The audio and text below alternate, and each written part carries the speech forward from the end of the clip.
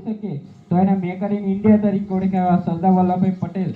અને અમારા માટે તો સૌથી ગર્વ લેવા જેવી બાબત એ છે કે સરદાર વલ્લભભાઈ પટેલ જે અમારા ગુજરાત વિદ્યાપીઠના એક સમયના કુલપતિ અને કુલાધિપતિ તરીકે પણ રહી ચૂક્યા છે, જે અમારા માટે કાયમ માટે ગર્વ લેવા જેવી બાબત છે.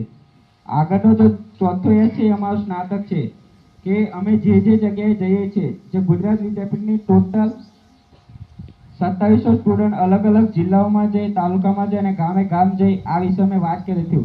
તો જે વિદ્યાર્થીઓ ગુજરાત વિદ્યાપીઠ અમદાવાદમાં ભણી ચૂક્યા છે, જેમ કે આપણા નાંદરોમાંથી પણ 2 ભૂતપૂર્વ વિદ્યાર્થીઓ છે જેઓ હાલ આવી રહ્યા છે, એવા વિદ્યાર્થીઓને અમે મળી અને એ લોકોને આમંત્રણ આપીએ છીએ કે એવા જે સ્નાતકો છે, જે જૂના વિદ્યાર્થીઓ, એવા વિદ્યાર્થીઓના પણ 100 વર્ષ પૂર્ણ થઈ ગયા છે.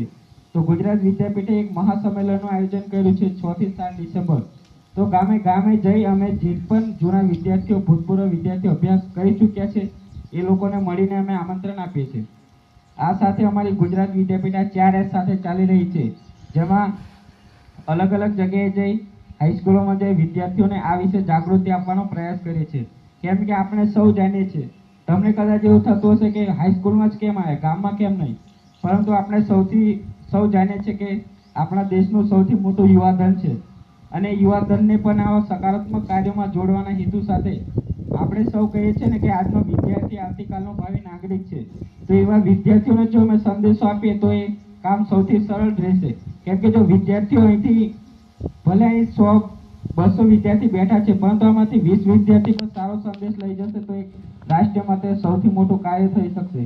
અને જે આપણો 2047નું વિકસિત ભારતનું સ્વપ્ન છે, તો એમાં એક વિદ્યાર્થી તરીકે આપણે સહભાગીદારી થઈ શકશું. હવે પછી હું વિનંતી કરીશ અમારી બેન કરિશ્માબેનને કે તેઓ સરદાર વલ્લભભાઈ પટેલના જીવન પરિચય વિશે વાત કરશે. આભાર. Thank you.